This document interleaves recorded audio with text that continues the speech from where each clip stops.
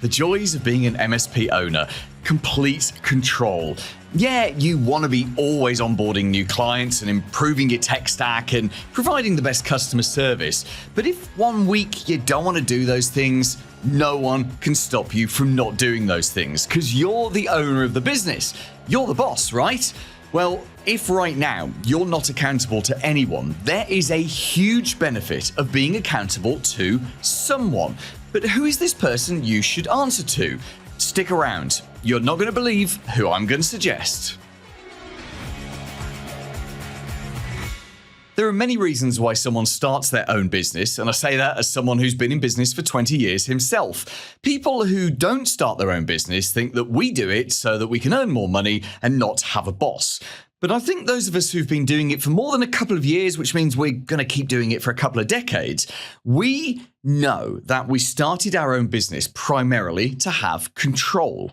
And by that I mean control over what work we do, who we do it for, and how it's done. Most of us, I believe, start our own business because we have a deep desire to do something amazing, and we want to control freak it all along the way. Sometimes when we work for someone else, we've had bad bosses. I know that I have. I'm looking at you, Terry. But also we've had good bosses. I've had some of those as well. In fact, loads of those. But escaping the boss is not always the reason why we start our own business. As I say, making more money and building an asset, something that you own, that's the side benefit, I believe, of running your own business. I truly believe control is the primary driving factor for doing it and keep doing it. But never mind all of these upsides of starting your own business and not having a boss. Let's look at the downsides as well. And I don't really mean the fact that you, for many years, worked longer hours than you ever have for probably a lower salary. That does eventually go, but it's mostly a pain in the first few years. I don't mean that stuff. I do mean the downsides of not having a boss. Because, and this might be hard to swallow, but there really are downsides to not having a boss. The biggest downside is that you are accountable to no one. Think back to when you last had a job. Someone, somewhere was in charge of you, right? In some way. You were accountable to someone in some way. And forgetting all the negative impacts of that, there were positive impacts of that as well. And the primary positive impact was that if you didn't do your work, someone would notice and there would be a problem.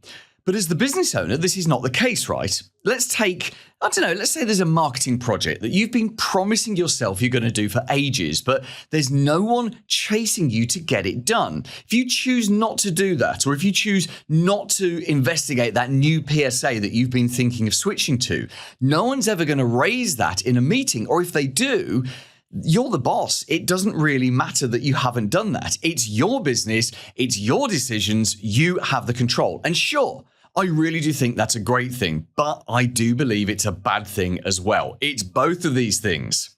I've been getting more heavily involved over the last few months in the development projects that we have in our business, because we have a development team to sort of work on our portal and our product and our website and our marketing, and they do a fantastic job.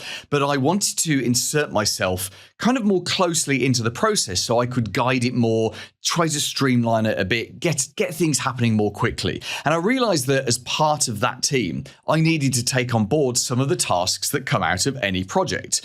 And as a result of that, because I'm a team player, I now have tasks that I must get completed to specific deadlines. And if I don't, there are actually people that I have to answer to, my own team. So you might think I'm crazy for doing this, but you know what? It's reawakened something within me that I'm really enjoying, and that's a desire to do a great job for the person I'm accountable to. For years, really, I've only been accountable to myself, kind of my clients, kind of my family. But now I'm accountable to my team as well. They're people I have to face on Zoom calls every single day. And it has changed the way that I work. I've always been a very deadline-driven person, but with the control of owning the business, I've been able to play loose with deadlines and just on a whim, on a Friday afternoon, just extend a deadline rather than put myself through the pain of doing the work. But now I can't, and especially if the work I'm doing is a dependency for someone else. And by that, I mean they can't do their work until I've completed mine. If someone is revising a page on our website and I've got to write that page first, you can see how if I don't hit the deadline on that, neither can they. Can you see why being accountable to someone somewhere is a great way to make sure you get things done? It forces you to plan ahead, be more disciplined, and be a better team player. And these are all great traits for the person who runs the business, you. It makes you a better business owner and definitely makes you a better boss.